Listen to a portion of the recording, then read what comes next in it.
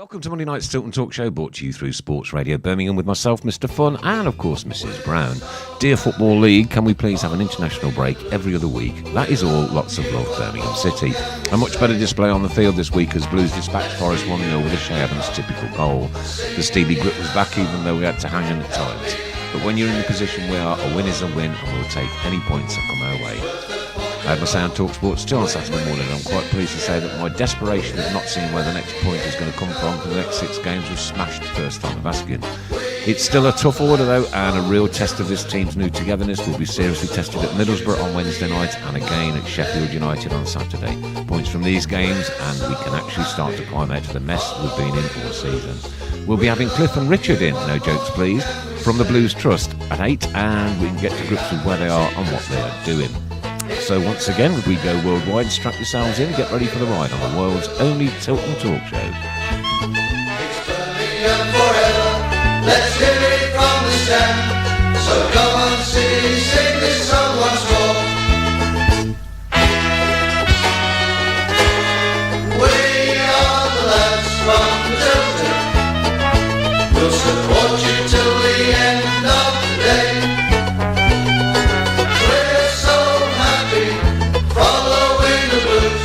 We love you, what more can we say?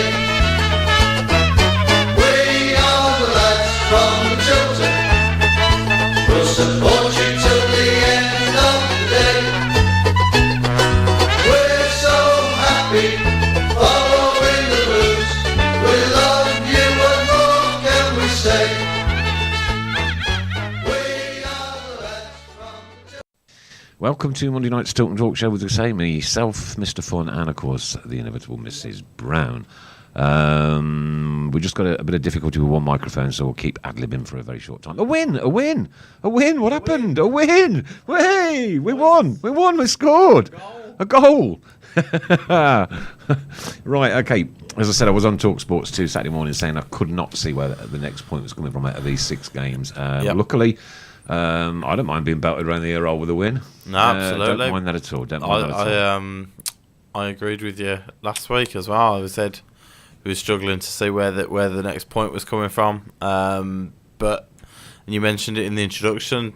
You know, a win's a win, and in the situation you're in when you're down at the bottom, it really doesn't matter how it comes and where it comes. It's, you know, the important thing is the 3 points, and you know, twice now after an international break, we've come back with 1-0 wins against teams that are in the top 10. You know, who were flying before the international break. So, there's something to be said for, you know, when you have got those 2 weeks to work together as a team and as a squad, then clearly there's something going right in those 2 weeks, because that's twice now we've come back with clean sheets and goals. Yeah, and that was rather needed as well, wasn't it? Because I think we'd have been seriously in the mire if we'd have not picked up 3 points. You know, you look at the next. I mean, I don't want to be all doom and gloom already. You know, we're only 3 minutes into the show, but we got a couple of really tough away games coming up now. So that was a tough home game, though. Yeah, well, absolutely. But you know, to get the 3 points there was absolutely crucial, because if, like we said, if you lose at home to Forest, then the Borough and Sheffield United games become even more difficult than they already are. So the fact that we've picked up a win, we've kept a clean sheet, Shay Adams has got another goal. You know, there's something to take into the Middlesbrough and Sheffield United games. Bleepy Ray says, good vibes tonight, lads. Even think Mr. Fun is going to smile. I'm not sure about that. Maybe next week, if we've got 2 more wins. 2 games. See, they're coming up thick and fast. You know, 3 games in a week now. Yeah. So 2 more coming up. Wednesday night at Borough. That's going to be a good test of where this side are now. Yeah, our away record has been abysmal. It has been terrible. I think that's the main thing.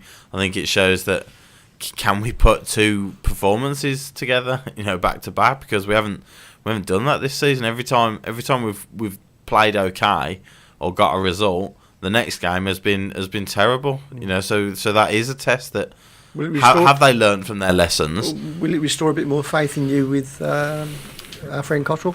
What if we get something from the next 2? Or maybe from Middlesbrough? If we get something at Middlesbrough, then that's, that's a very good result if we get anything away They from lost, Middlesbrough. they lost against Leeds, didn't they? Yeah, they lost away at against Leeds. Yeah, but before that, I think they'd won their last 3. So they good- were good on team. they were on a decent run. Yeah, They've got goals in them. They've got a manager that did well at Leeds last year, and he's hoping to take Borough up this year as well. So it certainly will be a tough. It'll be a tough game, and a long way to go on a Wednesday night.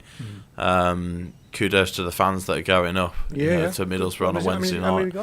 I wouldn't expect it to be a lot, but yeah. They'll be loud. So but it'll be a tough game, and then Sheffield United on Wednesday will be even tougher. They're absolutely flying. So that's Ian Clayton says, Mr. Fun said last week we'd win, no doubt. You'll probably still not want Cottrell, but it's your opinion. No malice with this comment, by the way. We don't expect them. There's no malice in it. Ian. No malice whatsoever. Everybody's got their different Absolutely, opinions, of course, haven't yeah, they? yeah. It's what makes football the game it is, that everybody has their opinions and they're entitled to them. If you're not nasty about it, then we'll listen to How them. boring would it be? Exactly, of course. Yeah. If we all agreed on everything, there's I don't nothing agree on to that. talk about, is there? No. Well, no, you might as well do a solo show, mightn't you? Well, Just simply exactly. go with it, because And everybody timing in, going, "Yeah, you're right." we certainly different opinions many times. Well, of course, but that's part and parcel of exactly, it. and It's that, football fans, that's isn't what makes it entertaining. to We talk never about. agree with Mrs. Brown, though, do we ever? Very rarely. Very rarely. Good evening, Gregory from Porthcawl, South Wales, the home of Elvis. Welcome to you, my friend, and to anybody else that's joined us so far. Mr. Fun smiling, great result. Andrew Cave, you've not broken out into the smile yet. No, not yet. Are you going to? Well, not that I'm aware of, anyway. No. I have, You might I have do done a forced grin. Sincerely apologise if I have. But yeah, I mean, it was a massive 3 points again, and I think Burton lost on the Friday night, and Sunderland didn't win as well, but they've just got Coleman in, and they'll be hoping for a new manager uplift as well. So you've got to keep picking up points, and because everybody else around you is going to. It's that kind of league, isn't it? Absolutely, yeah.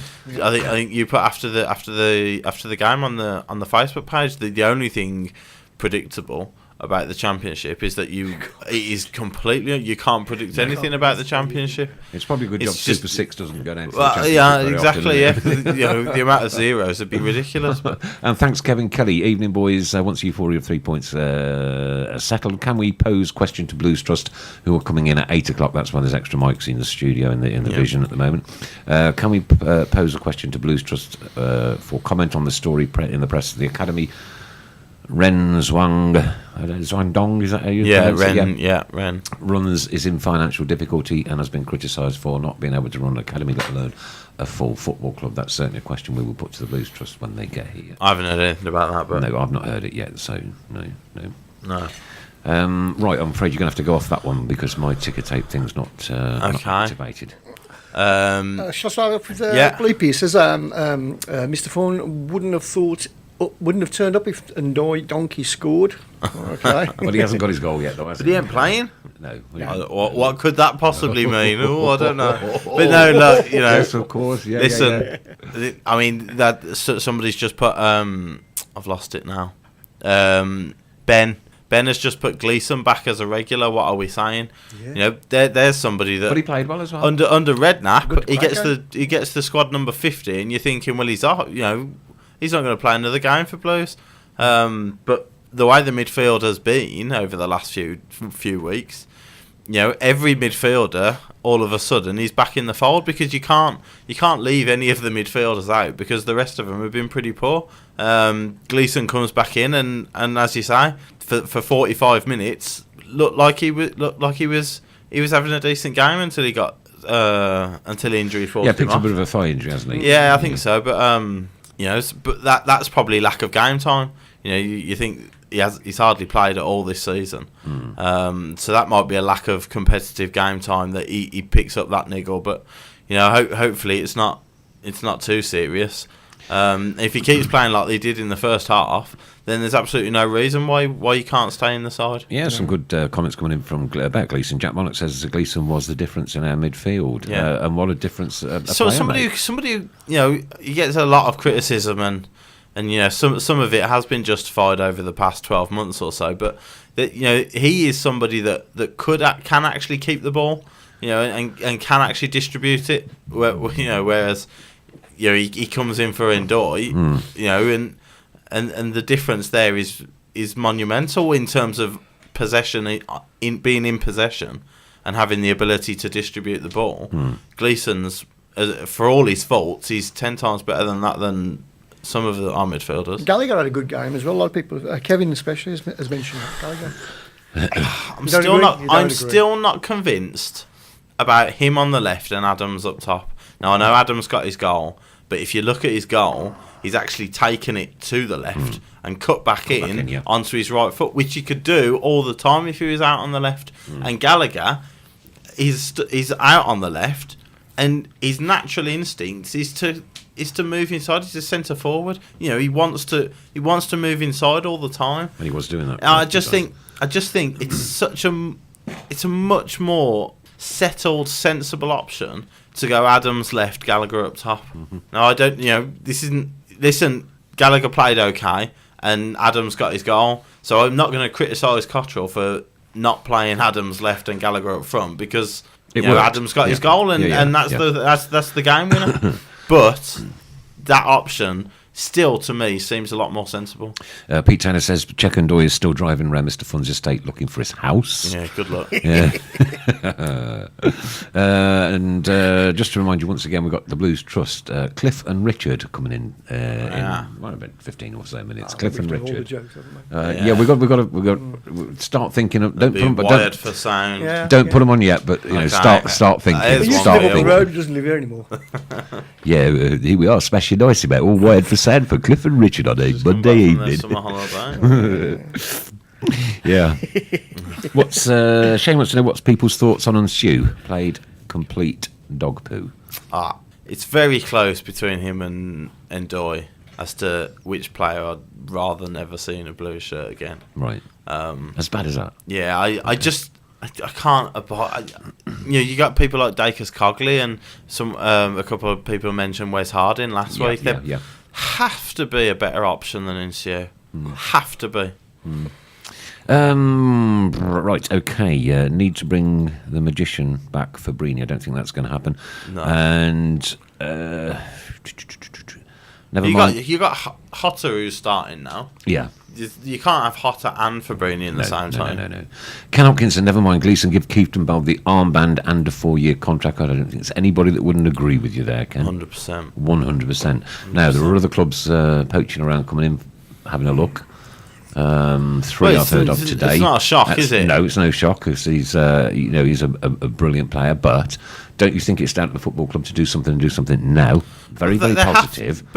Before the January window even opens, or we get anywhere near to it, with a contract to show us supporters, I mean proper business. But to show that they understand what the fans, look at the power the fans have. Look at Albion sacking Pulis. Now, if the fans weren't as vocal as they were, now I know he's got a poor record in the last 12 months, but if the fans weren't as vocal as they were about Pulis, I don't think he's gone. No. After a 4-0 defeat to Chelsea. No. It's the fans have played a massive part in Pulis losing his job. Now, the one thing that you could do to appease Blues fans at the moment is give Clifton Bell what he deserves. Give him a 3 or 4 year contract. If someone wants to pay 10, 12 million for him, then they can pay 10, 12 million for him. But the one thing that you can't do now is get to January and he goes for $1.5 million. Well, and that would be criminal. Absolute possibility at the moment. Well, of course it is, yeah. Well, we were prepared to let him go for 750 grand like 2 months ago. So but the way he's playing at the moment, it would be criminal to let him go, because he has been a massive difference. He was a big part in the Cardiff game, which is his first game back, which is a win, and he was massive again on Saturday. What can we as supporters do to kind of move that along a little bit? I don't think you can. I suppose it's down to the player. When his name's read out, he's the does he want loudest to stay? cheer and stuff like that, and and he's putting himself about ridiculously. For someone who's been so harshly treated by the previous manager, obviously Cottrell's come in now and it's a fresh start for him, and Cottrell's brought him in and he's kept him in. So maybe that's a plus point for him, that he thinks, listen, I am going to play here. But you have to be realistic, and you have to say that if if a top 6, top 8 club did come in for him, top 8 in the Championship, I mean, if they did come in for him in January, and we're still where we are, then you wouldn't lambast him for leaving, would you? No. Paul Kavanagh, Keaton Bell and Adams will say their season. I quite believe that. And Keith, Player of the Year season so far by Shane. Well, it's probably him or Adams at the moment. If Vassell hadn't have got injured, Vassell would probably be up there as well. But and another good question from Paul Ipkiss. Stockdale back soon. Would you put him straight back in goal when he's fit? I would. I know Kushak made 2 or 3 pretty good saves, one very good save on Saturday. But I think Stockdale's a better all-round goalkeeper. His distribution's a hell of a lot better. So I think, I'd bring him back in, And lots of praise for Grounds as well. Grounds was superb Saturday. Much maligned character from David Osborne. Yeah. And I've just seen another one about Grounds as well. Grounds has been our best player, Jake Monnox. Thanks, Jack Monnox, sorry, at the top, Yeah. But I mean, again, we mentioned last week, didn't we, the last 4 weeks or so that have been pretty average, terrible results and average performances. Grounds and Keaton Bell are the ones who are coming away with a little bit of credit with their heads held high still. Yeah. And Shane again can't disagree with that. It should be blatantly obviously to renew his contract regardless of us fans. Well, it should be. It should be Shane, yeah, absolutely. But there's been a lot of surely obvious things that should and could have happened over the last year that haven't. So. And question for Mrs. Brown: is the horse in tomorrow with Deb? I've been told that, but nobody told. But You'll probably, probably, I'm not going to say. I'm not going to. I'm not going to commit myself. No. Right, I saw a comment earlier, Chris, and I know you like to get your teeth around these ones. It was regarding food sales. A lot of new staff in again. Didn't know what they were doing. Nobody seemed to be coordinated. This Doesn't was surprise from me. A comment. Yeah. Even before the show started. I feel for the management staff. Because they are I don't know what more you can do. You get people in and you hope that they'll stay for the season, and then you train them up, and then 2 weeks later they're gone again, and you have to train new people up. Yeah. I don't know. I don't know what more they can do. If they have to bring new staff in, they have to be trained up. Is it down to paying the national minimum wage? Probably. Possibly, yeah. But it's also they come in and you joke about it. As much as the Blues fans are great fans, when things aren't going well, they're not happy. Not just Blues fans, any football fan. Right. And if they go up for a beer at half time and it takes them 10 minutes, then they're going to be a little bit annoyed. It doesn't take you 10 minutes. It sometimes takes you 25 minutes. Well, and I'm not I'll joking. doubt 25 minutes, but it was the other week. But either way, you've got 17, 18-year-old kids who are there on, like you say, £7 an hour or whatever it is, and they're getting abused left, right and centre from people because it's their first day on the job. Would you want to come back? No. Doesn't surprise me that they're not coming back. No. But that's the problem, and then you have to get more staff in, and it's exactly the same again. Yeah, David Osborne, I had a pie.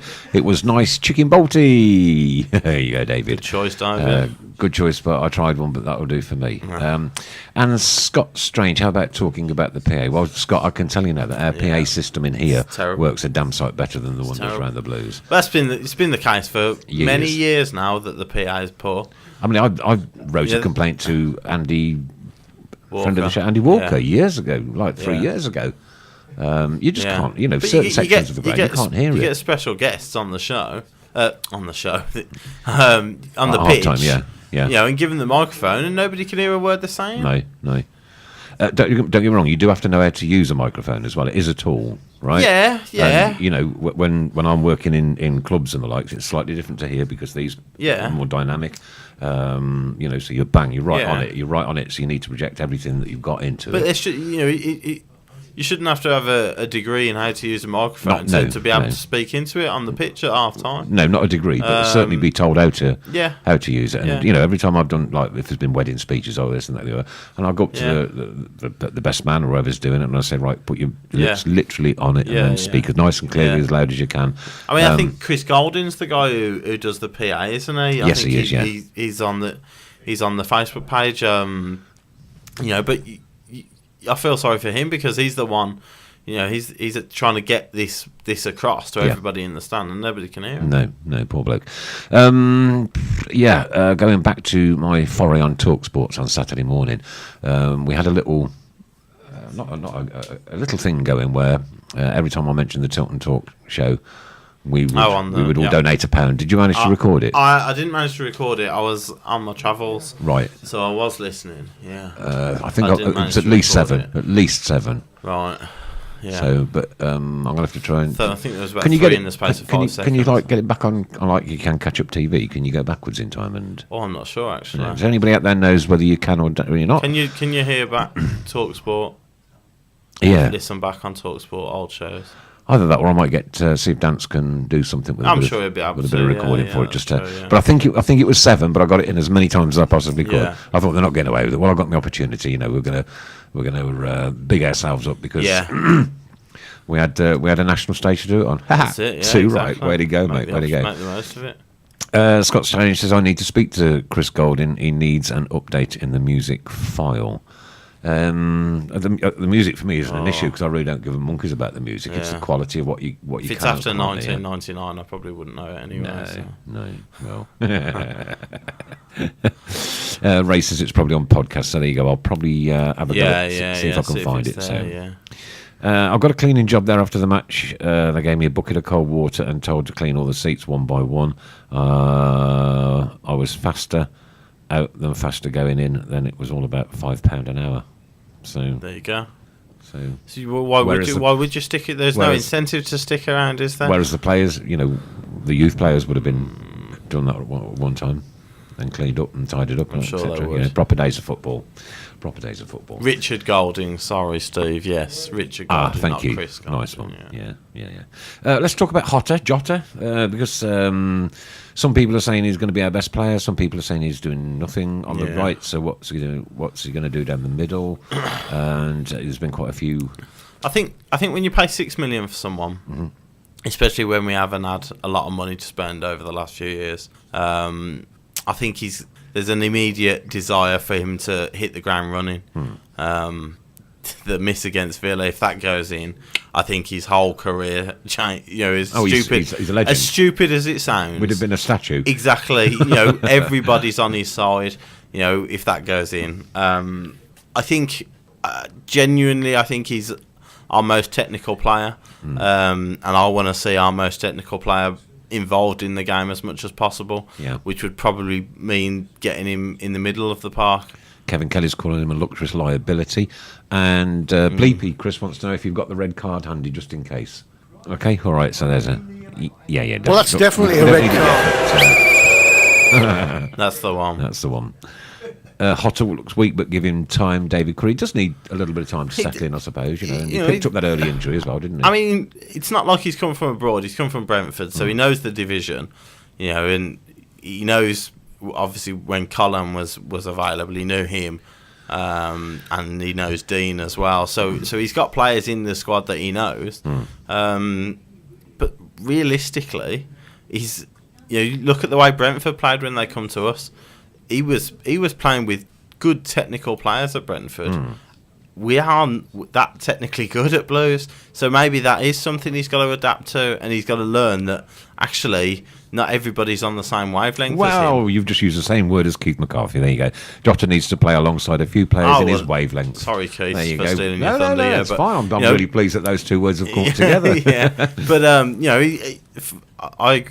he's right that I'll use Ndoye again. I know it's easy, but even if Jutkovic was up front, that it's a different mentality that Hotter's got to. He's got to understand that if he plays a little slide roll pass through, or a through ball, Jutkovic might not be onto it because he's expecting a cross coming in and things like that. So it's a different game he's got to play, but I think definitely he'll get better and better. Yeah, so Janie Tarbuck says Jota needs to be given a bit of time. Okay, so let's talk about Boga then, because there's quite a few comments coming through on this one. Get him in. Talk about players with technical ability. We haven't got many. There's one. Right. Play him definitely. There's no point having a kid on loan from Chelsea and having him on the bench. No. There isn't. So get him in the team. Get him accustomed to find your best team. Make sure you can accommodate him in it. And then he's learning to play, and everybody's getting used to playing with these players. And you got Hotter and Boga, who are two technically good players. And Adams available as well. That makes our team look completely different. Alex Sheldon says the problem is Steve's on a hiding to nothing when it comes to Jota, as it was a Redknapp signing and he has to play him because of the price tag. But I don't think he's done anything to warrant being dropped. Who'd you drop him for? Yeah, difficult one. Magoma come on and didn't exactly light the place up on Saturday, and so who are you going to bring in? Harry Griffiths, great we won, but still think Cotterell's decisions were wrong. Well, if they were wrong, we wouldn't have won. No, I don't know about that. I think you can get away with it sometimes. I think you made the wrong decision bringing Magoma on for Gleeson. Yeah. We lost control of the game in the second half, and I think he got away with that a little bit. I definitely think there's still question marks about him. But listen, we won 1-0 and we kept a clean sheet. Yeah. And we looked a hell of a lot more organised than we have done. That was what it was about, though, the organisation, wasn't it? But that was the same. This is what I say about learning from your mistakes now. Because we looked a hell of a lot more organised against Cardiff as well. And then we went on a pretty bad run. So have you learned from your mistakes from the Cardiff game? You've got 3 days now, until the Borough game. Are we capable of putting in another performance like we did on Saturday? Or is it going to be the same old story? Time will tell. But don't forget, this time next Monday we'll know what. We'll have played 2 games. The following 6 points are going to be whereabouts they've been bagged. You know what I mean? So yeah. All right. Okay. Magoma has been awful for weeks. Backside of tackles, no heart, deserves to be dropped from Andy Bunn. And can't spend 85 minutes defending forever, though. Yeah, 100%. You can't. But listen, not forever, but it worked. The first half we were okay again. Yeah. And second half we were defending a lot, and we didn't have a lot of the ball. But he's right. You play good opposition. You're not going to be able to keep teams out for 85 minutes every game. So if the plan is to sit back and defend and hit people on the counter, that's all well and good. But at some point, teams are going to get through you, and you're going to look a bit silly. And a great comment here from Gregory Beasley. They defended the Alamo for a week, so it can be done. It can be done. Why didn't Boga come on instead of Mags? No idea, Jack. We don't know. We don't make them decisions, mate. So, no. But I mean, as stupid as I'll sit here and. But having said that, we picked 3 points up and we scored a goal and we won a game of football. And that's the main thing. Absolutely. But this is where the crux comes now, because you have to keep that going. Momentum's a massive thing in this division. Nobody's telling me Sheffield United have got the best squad in the division, but they're going for it, and they've got a bit of belief about them, and they're picking up wins. Young manager, a very, very good manager. So and momentum's massive. So. Are we ready for our guests, Mr. Brown? Okay, while we get the guests seated, we'll be back in about 20 or 30 seconds. You're listening to Trevor Francis on the Tilton Talk Show. The Tilton Talk Show on srbradio.com. I'm going to welcome the Blues Trust. We've got Cliff and Richard in this evening, and this was your joke, not mine. We are all wired for sound. So if there are any more out there, okay, yes. So we've got Cliff and Richard. We are wired for sound. Chris Brown says he thought that you would both be the young ones, and I'd just like to ask you the first question tonight. Have you been on a summer holiday? Not yet. That's it now. Thanks. It was really nice coming in. Thanks. Okay, just let us know then what the Blues Trust have been up to over the last sort of like 6 months or so. Yeah. So I've been the chair for a year now. I joined the team a year ago, and it was, I won't say dormant, but it was surviving. The trust was, and so we spent a year trying to work out what we ought to be doing and things like that. I mean, the basic principle of having a fan's voice, within the boardroom is where we would love to be. Obviously, with do you think you're going to achieve that? It's not a short-term goal, unfortunately. I think what happens with trusts is if a club's in a real financial dire state, then the trust is absolutely required to step in some cases, and you get fan ownership that way. So if that was the objective, then you're sort of asking for a dire financial situation, and we don't want that. So, but we work with Supporters Direct, who are an organisation that affiliates the trusts together across the country, to get the fans' voice heard. And there's different ways of engaging the fans, and they've just done a great publication, which I will plug, which is called Engage, and you'll find it on their website, which it talks about the different ways fans can engage with clubs. And at the highest level, it's having fans on the board, and then you move down the tree to, just club-led activities. And there's something called structured dialogue at the moment. Sorry to be technical about it, which is the rules that the EPL have put in place now, where clubs do have to consult with fans, and Blues do it through the Supporters Forum, and it goes some way to. There was one recently, wasn't there? No, I think there's one next week. Oh, is there? Yeah. And they do 2 a year where some of the senior managers there turn up, and you can ask them questions and things like that.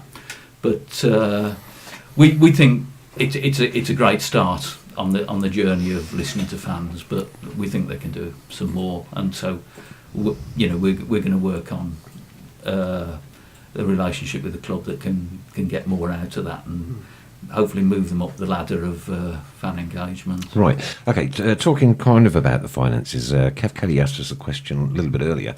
Evening, guys. Once the euphoria of the 3 points settles, can we pose a question to the Blues Trust for comment on the story in the press that the academy Ren Xiongdong runs is in financial difficulty, and he has been criticised for not being able to run an academy, never mind a full football club? I guess 2 things around that. The story's just broke, and we can talk about that a little bit, and there's some good information about that where I can point people to. But that company isn't linked to the Blues. It's linked through some of the directors, are the same directors, but that company, if it's in financial difficulty, won't affect us as a club, is probably the first thing to say. And you can absolutely categorically say that without... Well, let's be clear with what we know about who owns the club, right? And in simple terms, BSH, Birmingham Sports Holdings, own the Blues. Trillion Trophy Asia are the controlling interest in that, and Paul Soon owns Trillion Trophy Asia. Some of the directors at the Blues are directors of this trust, and I can't remember the name of it, but then one doesn't own shares in the other. It's the directors that are the same. Right. I think the issue with this, Nick, is that that it makes you a little bit worried about the governance of the Blues when you think that the people that have been running a company, who are also important members of running the Blues, are seen to be potentially mistreating some of their employees, not paying the salaries, not managing the company well, and it kind of makes you worry about the efficiency and the their qualifications for managing a major football club, and I think that's part of the concern, really. I think part of our concern as supporters is the fact that we've been in this boat, this doghole for the last 7 years. Yeah. We still as fans don't properly see a way out of it, even though things are a little bit brighter certainly than they were. But me personally, I'm always I've got it in the back of my mind, what we've just been through, and could that happen again? Yeah, I think. Not on that scale, but you understand what I'm saying. I do understand what you're saying, because I think it's a concern of us all, isn't it? I think the one thing about where we are now is I think it is a lot better than where we were without doubt. Carson Young and that lot. But because it's not that open what goes on, and we don't know who owns us, do we? Really, they're faceless, really, aren't they? Well. You can get to names and little bits of biography about the different directors, and we know that. Do we need to, Chris? Do you think? Really? I've said on this show before that for all I care, anybody could own us. Yeah. As long as it's legal, everything's by the book, and they're supporting the club. Yeah. I'm not interested what their other activities are, what their other businesses are doing. If they're putting the club in a good situation, they're supporting us. We're not going to go into financial meltdown, and everything's done by the book and legal. Then I'm not interested. I'm not interested in names or anything. No, I think the proviso with that is, though, that when Carson Young took over from Gold & Sullivan, we all looked at him and thought, yeah, here's a guy who looks as though he knows what he's doing. He looks as though he's a credible, above-board guy. Yeah. He's got businesses in Hong Kong. He looks as though he's got money to spend on players. And for 2 years, I mean, magic. We had it rosy, didn't we? Absolutely, magic 2 years. And then we had to suffer 5 years after that because the guy was found out to be a fraud. Money laundering. His money didn't really exist, and we know that we sold our best players for a pittance, and that's the consequence. So while I do take your point about ownership, and I think a lot of fans would actually take the same view, that if you've got owners that look to be doing a good job and who are managing the football club well, all well and good, but sadly we don't know whether that's the case, and we've just kind of heard the first drippings of a story which suggests that the people that are actually running our football club are maybe not squeaky clean, which suggests, and we have to remain that it's not a proven case or anything. You know what I mean? So it isn't, and it's probably, if there's an argument going on, you hear one side first all the time and things like that. So and I think given consideration of, as you say, the previous owner we had, I think that is everybody's first fear, is that is the same happening again. That's the initial thought people will come to when they read a story like that. The only confidence I get from it is the way it was taken over took forever and had accountants all over proper it. Accountants over it, Ernst & Young doing that due diligence for it was about 18 months, wasn't it?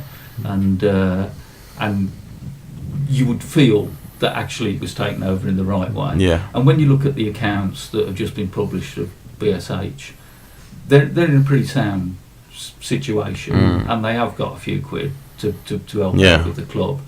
The question that I keep asking, or want to ask, or would like some more communication around is, well, what's the 5-year plan, and what's the plan going forward?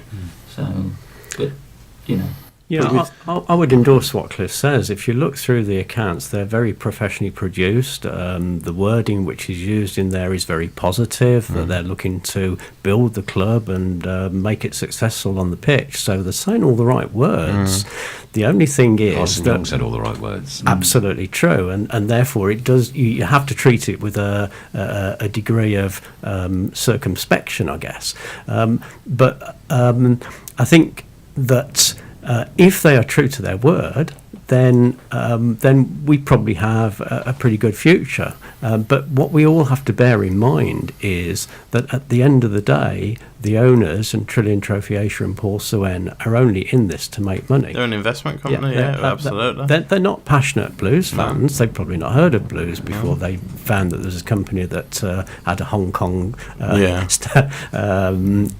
listing to buy. Away into English football, So, but I mean, they'd have bought the company whether the football club was attached to it or not. So, or is the impression I get. I mean, can't say for certain, but it was the listing, the Hong Kong Stock Exchange listing that they were after, and the football club was just an add-on, really. And now, of course, what they want to do, and in fairness, they're investing in the club in a number of different ways, but let's not lose sight of the fact that what they're actually there to do is to make money out of it, not because they're passionate about Birmingham City. Which is what you need to say about your 5-year plan. I'm sure their 5-year plan is to not be... Which is fine. Owners in 5 years. As long as they hand it over. So the right people. Again, the correct due diligence is done. And, a point put down here by Ian Dawson. How can the situation be not knowing who owns the club possibly pass this fit and proper test? The FA have the responsibility to get involved to clarify the position. But like Cliff said, there are names.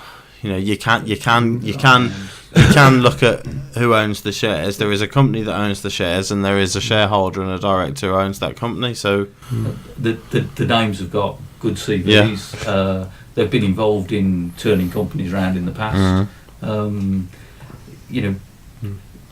I hope they, if they are turning it round, then they'll probably turn it round well. That they have in the past with the companies, and so that would be okay for us. So if it's another owner, then fine, so long as it's turned around really well.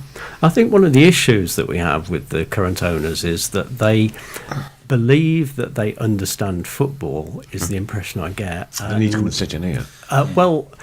There are a number of things which they have done which I personally would not have done, and we're looking about the changing in managers.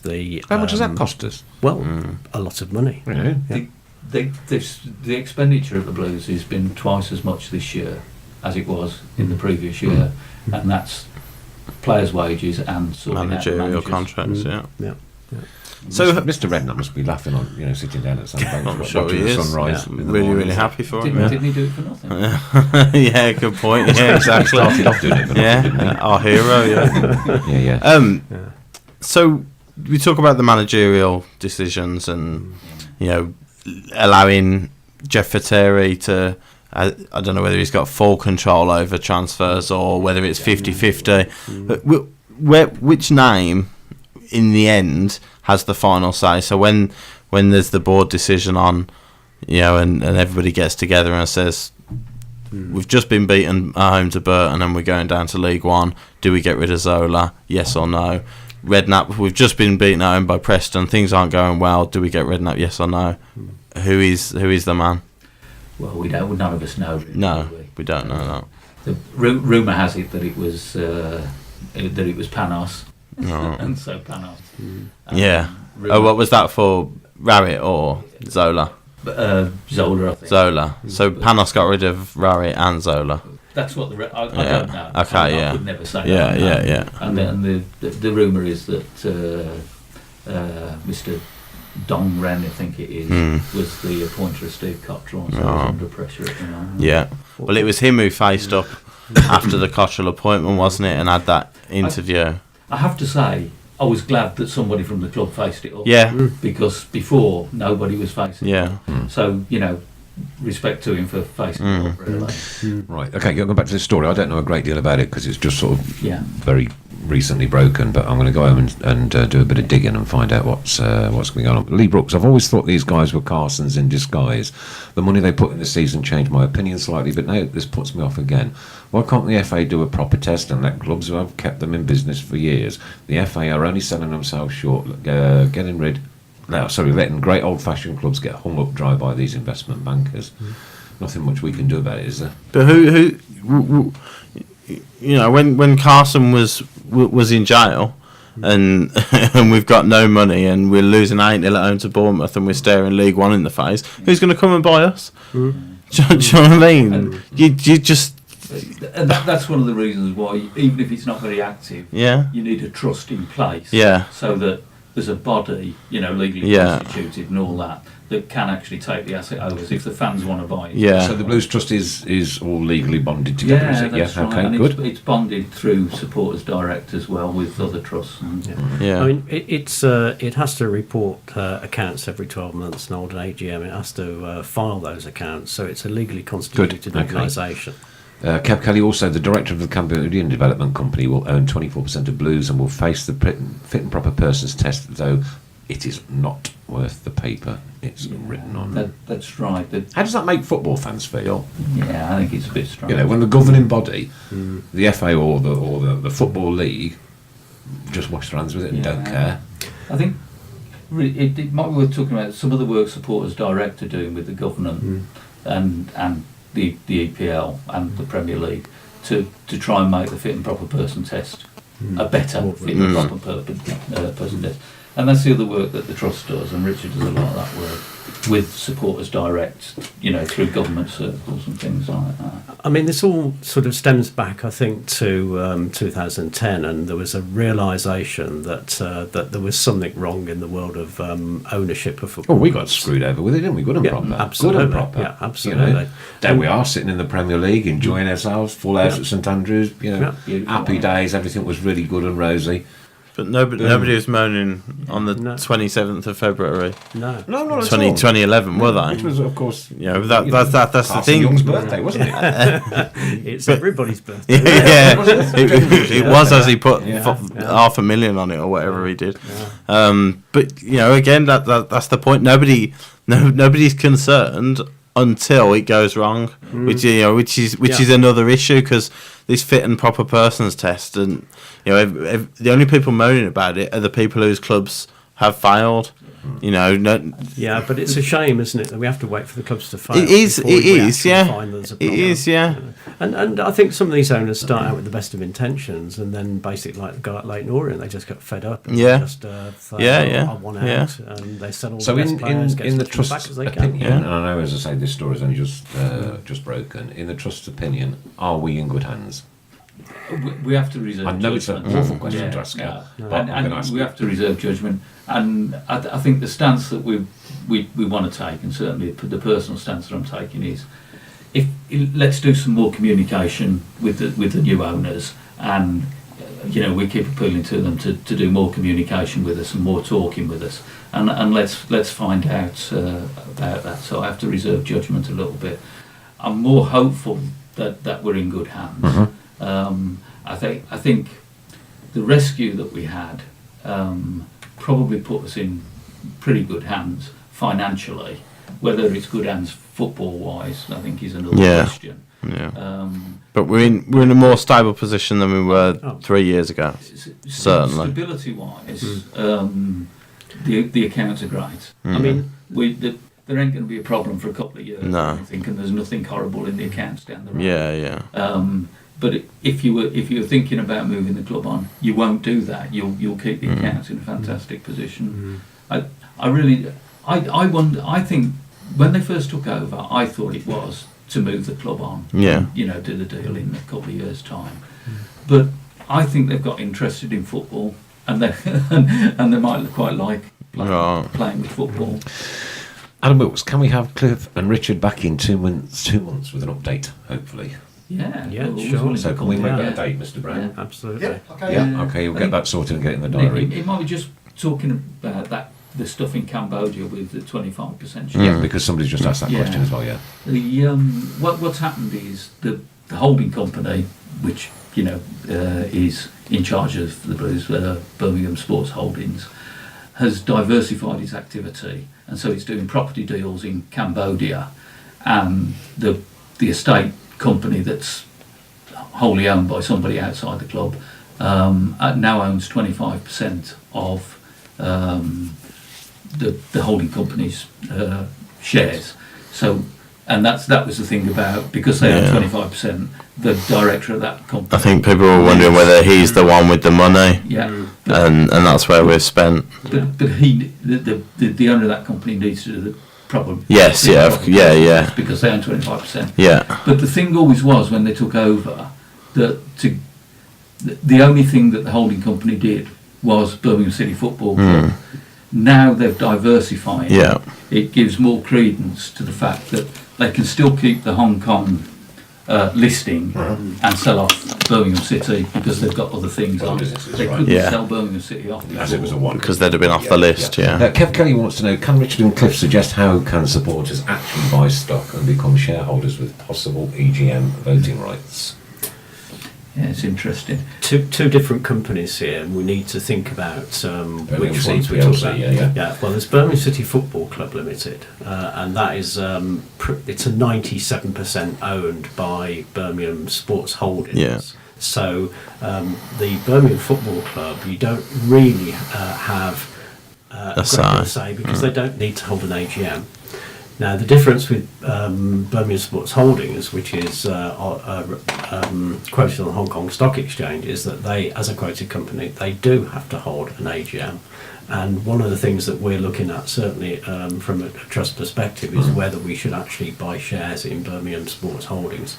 During our AGM at the weekend, we had a good discussion about that, and I think our general impression was that was something that we should be doing. But I think for a relatively small sum, depending on how wealthy you are, you can probably buy on the Hong Kong Stock Exchange if you find a broker that's registered to work on the Hong Kong Stock Exchange. So you could, as a member of the public, because they're publicly offered and quoted shares. I think the initial view is you'd have to spend about 350 quid to be able to go to their AGM. To get a minimum quantity of shares. Yeah. And I think talking about these things, it's worth plugging the work Daniel Ivory does around this, and it's Amateur, I think his website is, and he's got a lot of detail about the breaking story on there if people want to go and have a look at that. That's where I saw that one about the Cambodian. The share purchase. If you can get a little bit closer to your mic. Yeah, he's definitely Daniel's definitely supportive of the idea of sort of the trust owning shares as well. So it is something that we will seriously consider. Ray says there comes a point where you get used to what you've got, and so you put up with it. That's when attendances dwindle and lethargy creeps in. Sadly so true. It happened, didn't it? Sadly true. Happened. Yeah. But I think that's when you sit. That happens when you can't see a way out, you know, and you can't see a change coming. Whereas I don't think that's reached the case yet with the current owners. No, I think most fans are still on board with the being positive about the owners, but having a worry in the back of the mind. I think yours as a fan? The only worry is the footballing decisions they're making. They've put more money forward than we have done in the last 10 years or so. So, you know, for me, the only issue is there enough people at the top with the footballing brains to make the right decisions? Yeah, that's a good question, Chris, and I that the jury's out as far as I'm concerned on that one. I mean, I think what we need is a bit of stability in the club. Where would Steve Cottrell have been my first choice as manager? He would have been in there, I think. Is he the best? Probably not. No, probably not. But I think the guy's got to be given time. I mean, I actually had a look at his record today, and there are managers with better records. But in actual fact, he's had a reasonably good run with most of the clubs he's been at. He's not really failed anywhere, with the possible exception of Portsmouth. And bear in mind the situation they were in when he was down there. So, you know, at the end of the day, and I like the approach he's taken, which is basically said, let's get some stability in the team. Let's use some of the players that know how each other plays, get that stability back, and then gradually introduce the new players into the team as and when we can. I think he's actually stuck by his words, and I think to some extent he was borne out a little bit by what happened on Saturday, because I think that we benefited from having players that starting to know how to play together, and the back four is a case in point. You know, Harley Dean, Roberts and Grounds. Yeah, and I like the look of those. Yeah, I mean, together under yep. all 4 of the last 12 months managers. So yeah, I mean, I'll put my hands up and confess I'm a supporter of Stephen Gleeson. I think he's actually reads the game well. Okay, sometimes his passing's a bit wayward, but at the end of the personal preference for But and then you got Michael Kieftenbelt, who's an absolute star in my view. Can I have your opinion, gents, on Check and Doy? What do you think about Check and Doy? These are personal views, obviously. I just think he'll come good.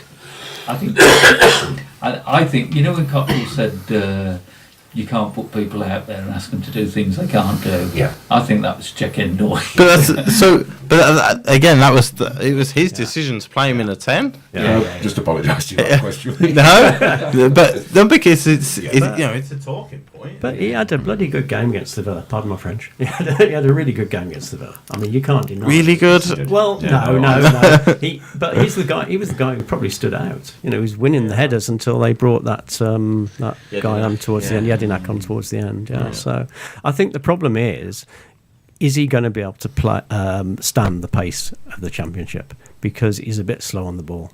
But he works hard, he covers the ground, he challenges in the front third of the pitch, but on the ball he's a bit slow. But he can see a pass as well. I'd be frightened to death if I was playing against him. Yeah, you would be, wouldn't you? He's a tank, isn't he? More questions coming in. Eamon Colley. What about the winning league company of RX and the allegations regarding unpaid salaries and other fees, please? Yeah. I know we're going back onto where we were, but that's why you're here, really. Yeah. Well, that's the one. Well, it wasn't why you were here. But that's the stuff we do, the background, and trying to dig into the background and have a look at some of those things. So what alongside Daniel? We speak to Daniel, don't we? And we do. It's nice. I mean, what Daniel does is in even more detail than what we do, and he's a mine of information from us, and we love what he does. And I always say, without the work he was doing with Carson, we might have had a disaster at the end of it, but I think it got picked up in the right places, and so a lot of his work I think made us have I won't say happy ending necessarily, but an ending different to the Portsmouths and the Blackpools and stuff of this world, and the Coventries of this world. It gave us, it saved us where we were, and hopefully we can go forward. Yeah, but back to the question. It's just broke at the moment, and some of our directors are directors of that company. There's no company connections as far as I know between the two companies, but except the directors. Some of the directors are the same. I'm taking it that the story's broke. There's people unhappy about it, about wages not being paid and that sort of stuff, who have broken the story. There's two sides to every story, so you've got to be a bit careful. That's very much.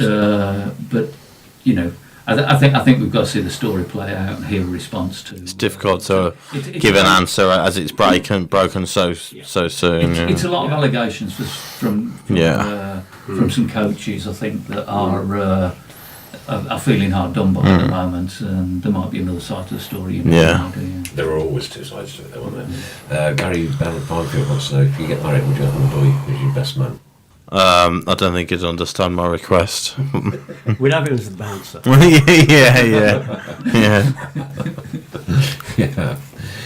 Good work, nice one, lads, from Eamon Colley. Well done, thank you, my friend, no problem. All right, going back more onto the football. Well, Gary says it's a shame that Daniel stopped his blog page. It is. Why did he do that? Is it just time? I think at the time he was very much. It was becoming a full-time job for him. I think. He's got a website, Amagia. Yeah, that's still going, isn't it? Yeah. He still writes on there, but not quite as regular.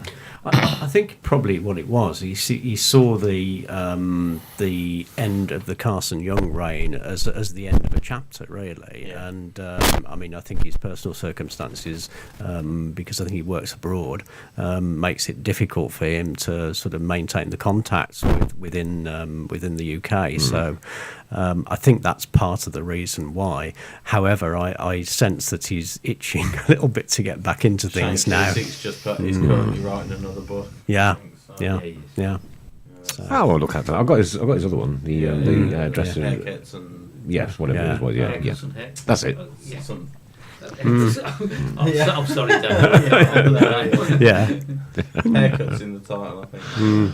So then, from a trust point of view, Haircuts just and to reiterate, lead cuts. you don't think we're going to go through what we've just been through again? No, I don't. I think the thing to look out for is, I think it's October 18th, or 2018, when We can be sold. when you can be sold. Yeah. We'd like to, as supporters and supporters groups and all the groups, I'd hope, would want that communication with the club about what are your plans about that. Yeah. And I know it's confidential and you can't say things about what your intentions are on the stock exchange and all Yeah. that. But I think bringing some supporters into that confidence a little bit, and I think that's, harping back to where we started, I think, with the supporters direct. You used the word there, confidence. That's a massive word as far as we're concerned. That's Yeah, it a is. massive word. Yeah, and I mean into confidentiality, confidence. Yeah, no, I'm saying that the confidence of it going through the proper channels, Yeah. right, the right things being done at the right stages and everything. The people being checked out, this, that, and the other, properly, right, for once. Yeah. Sorry, Football League. Yeah. For once, do your job right. Yeah. And making sure that the transition, if and as and when it happens, is the correct one for Birmingham City and its supporters. And I think if there was a plea, it's if that's going to happen, come to the supporters groups and let us do some of that work with you. Yeah. I mean, the worst of all situations is if they lose interest, basically. If they decide that they're not prepared to put any more money into getting the club back up into the Premier League, what will they do? Will they walk away? Well, I've made some decisions so far, haven't they? But then again, I think the way I look at it, the fact that they are making these decisions, whether they're rash, whether they're the correct ones, whether they're sensible or not, the fact that they are actually thinking about it, they sacked Zola. The fact that they are thinking we can't go down to League One, we can't keep this man here. Redknapp, we're not winning games, we're not looking good. We've got to get we got to act now and bring Cottrell in. I think that gives me a little bit of confidence that actually they're not considering giving up. That they are willing to make the change and to make sure that we're on the right foot still. Yeah, and I think that's a fair statement, and that's everything that the communications that we get seem to suggest that that's the situation. Yeah, and I don't think we've any reason not to believe that. I think I think it's in our interest as fans, and I think it's in their interest as owners to actually go down that line. For so long as they carry on going down that line, I think then we can have we can look forward to the future positively and hopefully have a good relationship between the fans and the club. David Moore's asking, can we be sold before October 2018, or have we got to hold out till then? No, we can't. We can't because they can't stay on the stock exchange. Then, no, that's fair enough. That's fair enough. And Kev Kelly, can Trust comment on the fact that some quarters believe that the current level of on investment is already coming through from the next owners post 2018? Yeah, we don't know about that at all, and it's speculation. Although, if there is somebody lined up, then that's it's got to be a good thing, hasn't it? Isn't it? Whether that is the case, and obviously nobody can say that because of all the stock exchange rules and things like that. I'm really in two minds. I read the accounts and things like that, but I'm really in two minds, and it's just an emotional thing, isn't it? About without a doubt. Are they are they in it for the long term because they've got the football bug? Yeah. Or actually, is it still the plan? Yeah. Because I think when they took over, it was the plan to sell it on. Yeah, there was nothing definitely. that said that. I don't think they've ever not made that quite clear, though, have they? Really, that's always been the intention. Well, I thought that the decision to bring Zola in was absolutely that. Carl Thomas, is it true that the new owners are already running the club with TTA being the legal owners? I don't think so, but you know, you never can tell. But I don't think so. I think Trillium Trophy still own it.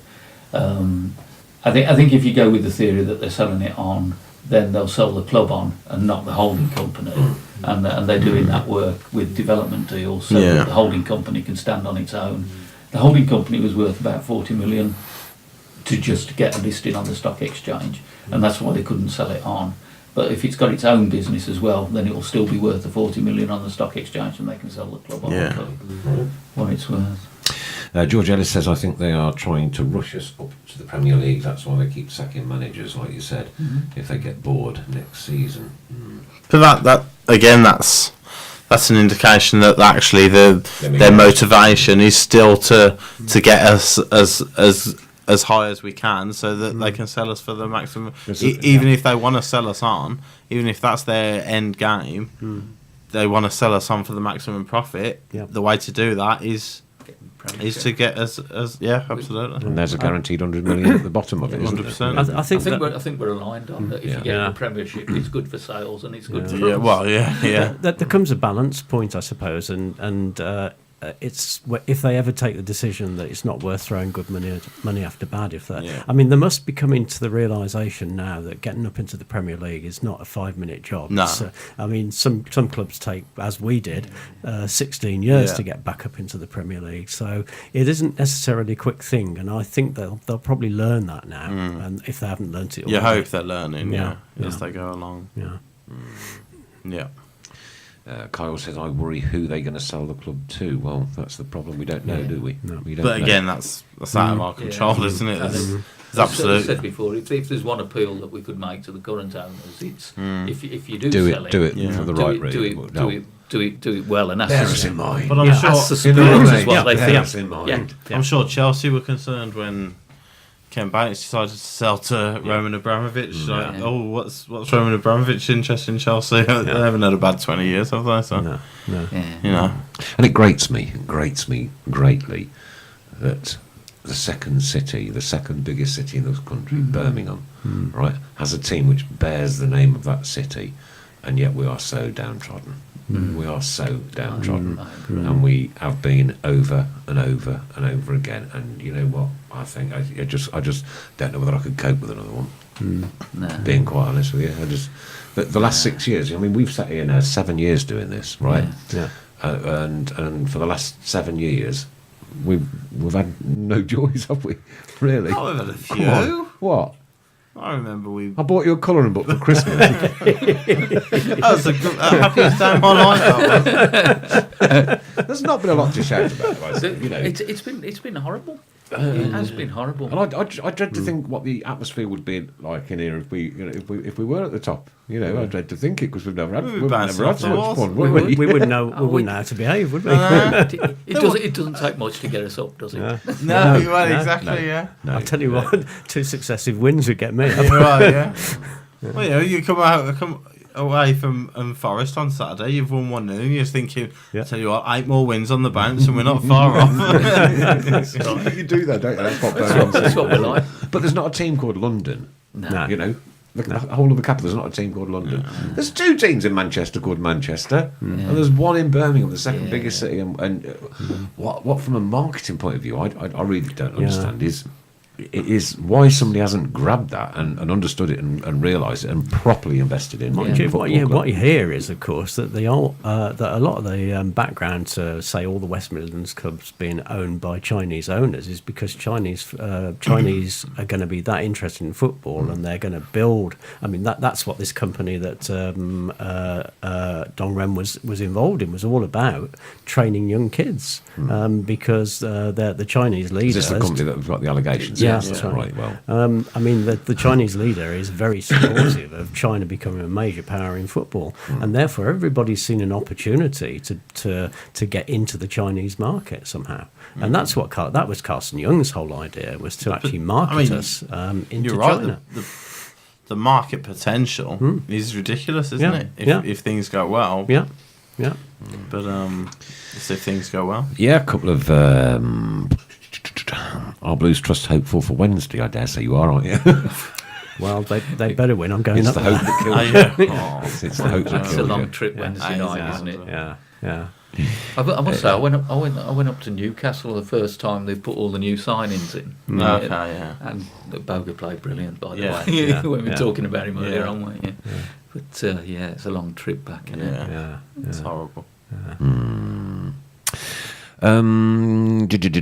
Great point, Second City. We should be better than we are. Yes, we should be. We should be. And Kev Kelly Blues' biggest asset is its supporters. If they could have a serious influence at board level, it would give us all hope. I think that's And right. the future. that's so true, and that really is largely what the trust is all about. But it's Yeah. also, I mean, taking the bigger picture. I mean, Cliff's mentioned the Engage report, and I'd encourage people to go onto the Supporters Direct website. It's a bit of a read, but it does give you a lot of good background into where Supporters Direct and in their discussions with the government actually see the ownership of football clubs going. And I think, So who is this? Who is this working with to put this Engage? Is it the Football League? Is it Well, it goes is it back the to- FA, it goes or back is it to the just government. supporters and government? It's the government. The government Right. set up something called the Expert Working Group, which is part of the. It was set up by the Select Committee on Culture, Media and Sport. I'm sorry, it's loads of jargon. Okay, and the answer to they the question, had representatives from different sorts of organisations within football, and Supporters Direct nominated 4 supporters trusts to go along there: Portsmouth, Wimbledon. And I'm struggling to remember the others. Yeah. Coventry, probably. And the supporters work with the government, or the supporters trusts work with the government and Football Supporters Federation to come up with a number of ideas about how football should be run, or more about how football clubs should be run. Yeah. So this idea that clubs should be required to hold twice yearly meetings with their supporters comes out of this expert working group. The fact that if a club goes into administration, the administrators are required to talk to supporters within 21 days and offer them the chance to invest in the club. That comes from the expert working group results. There are lots of other things that are in there as well, but essentially what we're saying is there's discussion about whether in the end we need to go to legislation to make it happen. But I mean, I think the government and certainly the Labour Party are in favour of every club having supporter directors. So, I mean, and really, from my point of view, that's one of the big reasons why we want to keep the Blues Trust. Would it be the clubs that have a say on who that director would be? Or would it be somebody down the ladder a little bit more controversial like me who don't mind opening his mouth now and again? Yeah. And that's what the Engage report is about. Well, if the clubs just appoint somebody to say yes to everything, then it's a waste of time, and those sort of issues, and that's what the whole discussion about Engage is about. But what did come out of those working groups and stuff is that the Premier League and the EPL, EFL. Too many letters, aren't they? They did change the rules, and they put this rule in, so the clubs do have to do this communicating and liaison with supporters at the moment. But Supporters Direct, with the backing of the trusts and things, are pushing to get the rules changed up even further. And as I say, in government there is a circle that says it should be supporter ownership. The German model, it has to be more than 50% owned by supporters. Which is why all the German supporters are up in arms about RB Leipzig, who are basically owned by Red Bull, not under the normal tradition. And of course there's loads of money going in, so it's not a fair competition. Any truth in them buying the training ground from Matt Wilkes? competition time in a minute. Yeah. I mean, I read that. I only know what I've read, but I sort of believe that they are trying to buy the training ground because Who owns it currently? the university own it at the moment. I don't And know. I think we lease it off the university at the moment. But so yeah, it makes sense to buy the property rather than lease it, I think. Kyle Clough, one of our younger listeners, do the Trust know anything about with the old main stand? It's time. It's had its time and it needs to go. I'll sit in there. Can't demolish it then. Actually, I mean, one of the questions that's been asked at one of these supporters forums was exactly that, and it's what they're saying is that when the crowds justify the investment, because it's a big investment, it's going to cost a lot of money to take much that do you main reckon? stand out. I would say tens of millions, Tens maybe of 10 million. millions. Well, maybe less. I'm not. I don't know. Yeah, about that. I mean. Well, look at my background. It'd be 10 to 20 minutes to stand there. Right. Yeah, but while we're not filling the ground, then they're not going to do it. I think they've got the space to do it now, haven't they? Yes, we own yeah. those bits of land. The club do own the bits of Oh, behind. okay, so the houses isn't an issue Well, now. I think the houses will always be an issue, but I think we own enough land to build. Right. Because the railway was an issue, wasn't it, with the old Yeah. railway stand? Yeah, wasn't it? yeah. Strong issue. Yes, Mrs. Brown, sorry. Competition. You wanted to come in? Okay. Hey, look at this. Have we won this? Here we go. There we go. Is this the FA Cup? Pick a winner out. This is from... What we ask people to do is share the programme on their social networks, which gets us a massive profile. So we get around about 25, 30,000 people watch this every week. I'm a little more nervous now. The biggest audience we've actually had was the first show that we did this season. The very first show was 97,000 Wow. Yeah. people, and yet we can't get the club to embrace us. Yeah.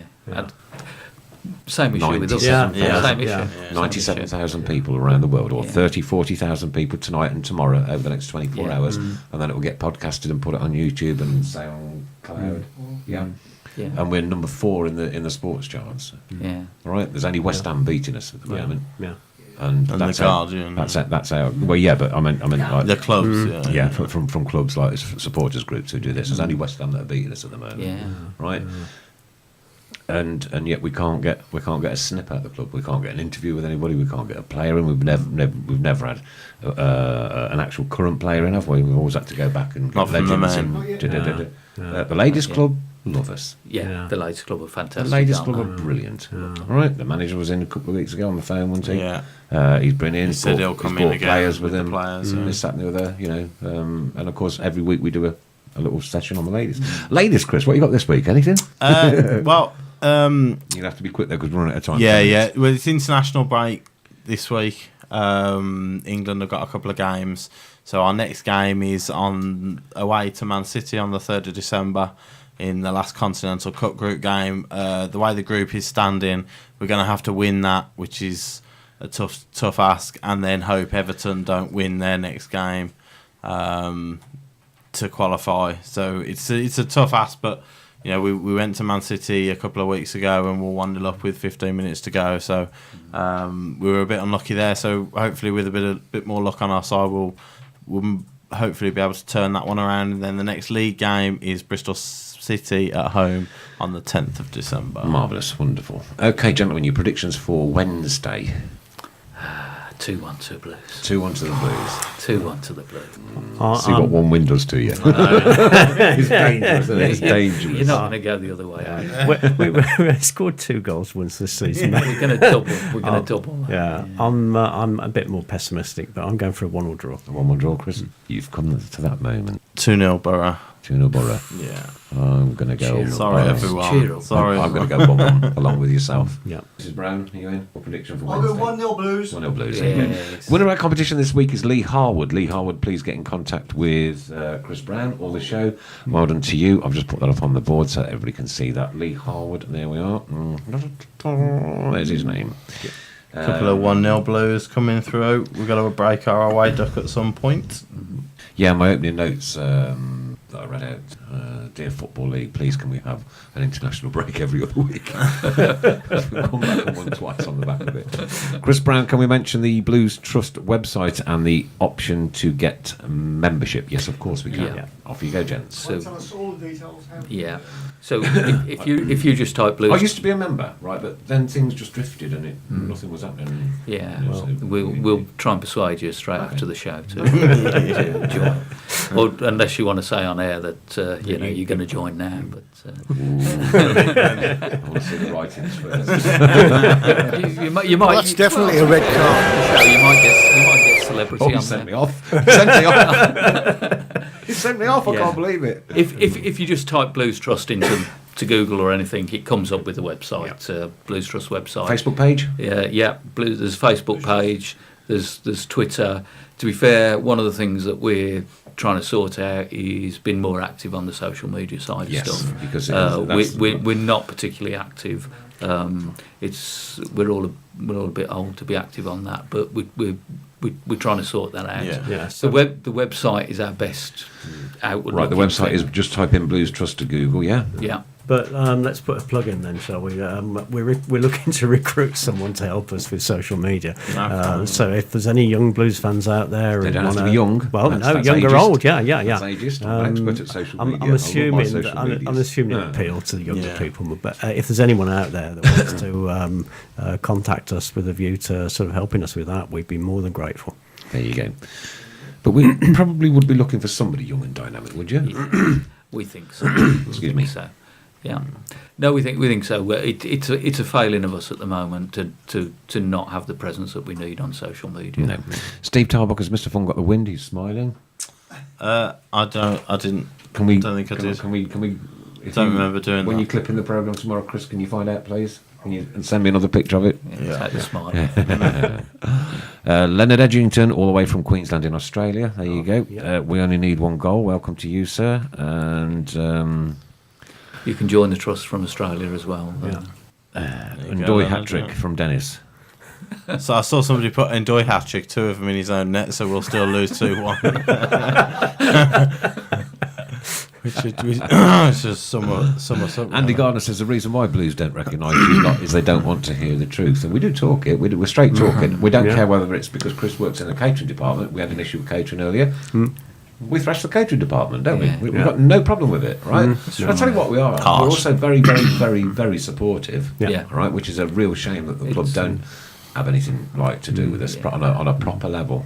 I think it's the same dilemma we have. We want to be so supportive of the club and the owners, but we just need a little bit back, don't we, Yeah. to get us involved. Not a great deal, nothing. No. You know, we don't need to work there every day, do we? We just you Yeah. know, send us somebody along every month or so. Yeah. You know, Yeah. Yeah. if we could get the physio in to find out how the Yeah. sick people are doing, you know, it's like, because What he's doing to cause all these hamstrings. it's dead important to us as It supporters, is. and we It just is. don't have a clue. No. Like what progress has been this week. Always been out on bikes and this and the can't wait there, or you know, just be nice to know. It would. Yeah. Be nice to know more communication. Communication. And you know, that's what we are. We're great communicators, and we communicate literally to the world. You know, we have a worldwide audience.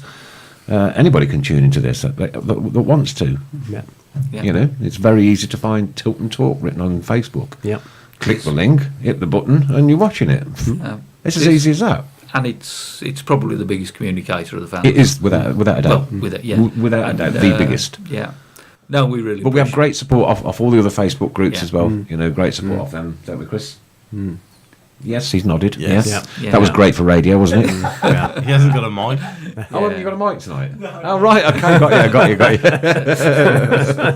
Sorry, Chris, I got your Oh, mic dear over me. there. You're digging him Yeah. a bigger hole. But no, I just don't understand it. I don't understand why they don't utilise us. No. Well, I think it's to an extent a culture issue as well. I think that it's probably the nature of Chinese people, especially in positions of seniority, not to communicate. And I think we need to We want understand communication. them We as want well. communication like why is there a queue at the pie stalls? Yeah. We want communication like. Told you why there's a queue I at know, the I pie know, I've stalls. done that one earlier. But Stop having that's to the go kind- at the catering. But that's the kind of communication we want? At this level, we've invited you guys in today, and it's great to have this kind of understanding, right? Especially when a story broke like that tonight. And you're agreeing to come back in a couple of months' time. Let's review the situation. Where are we? What do we know? What have we found out? What have we gleaned? What don't we know? But the day-to-day things, the running.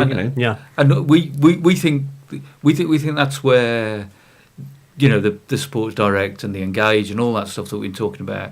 That's where it varies a little bit. We are all absolutely interested in match days, what's going on, and that lot, and that's what keeps us going day to day. If I could spend my Mondays at St Andrews, right, having a quick chat to the physio, write all the bits and pieces, I'll bring them back here. What would it take? Beautiful. What would it take if you're a physio? 10 minutes to give me 5 players. He's completely out of action. Don't even he's written off for the season. So don't even ask about him again. You know what I mean?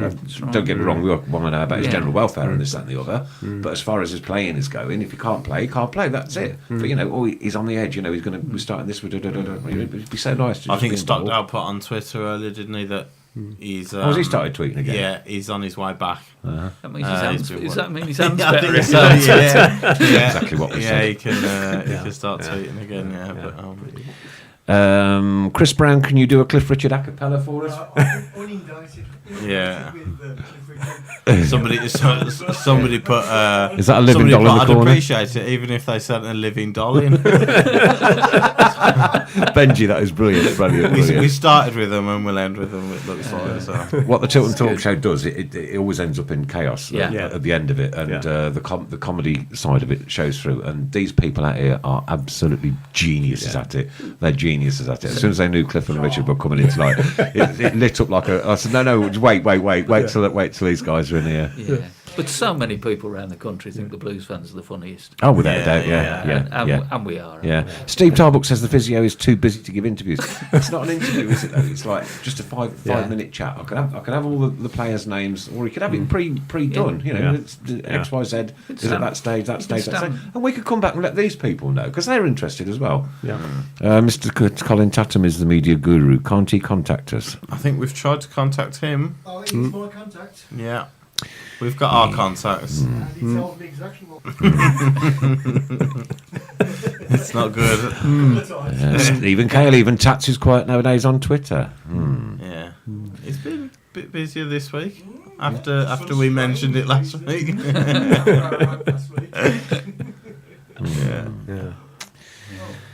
It's the club. Just like a devil woman, isn't it? That's enough. Cliff and Richard, thanks ever so much for coming in. It's been a pleasure. Thank you. It's good to get an insight. It's good to see you guys bounce back as well because I think Blues for me, especially when you did that asset of community value, was fundamental in casting young here. And we need guys like yourself to proactive up there and want to get in. So don't forget, guys, you can get in touch with us on the show here if you're a young media guru type, social media kind of thing. These guys, these guys can do a little bit of help on Twitter and Bookface and the likes, Instagram, whatever they use. 2 games to come, 6 points in the bank possibly. Take 2. How many will you take? Take 4. 3. But take all 6. I'll take all 6. We'll take all 6. Let's come back here next Monday, right, and actually physically see you smile. Genuinely, if we've taken 6 in the next 2, it'll be a playoff talk next week. It'll be the playoff show. And you smile. Very much so, obviously. That's why he's called Mr. Fun. Listen, lovelies, thanks ever so much for being with us. You have been amazing once again this evening. I'm going to wend my weary way back to Staffordshire right now, and once again, come on, please, 6 points, please, 6 points. Could we be here sat here next Monday, or like we're halfway up the table? Can you imagine it? I can't imagine it. No. 7 points behind them up the road. Remember what happened last year? Don't worry about them up the road. All right, congratulations to Lee Harwood, our competition winner this week. Get in touch with the show and we will get your prizes off to you. Thanks ever so much for being with us on a Monday. This, of course, is the Tilton Talk Show. Good night, God bless, and keep right on.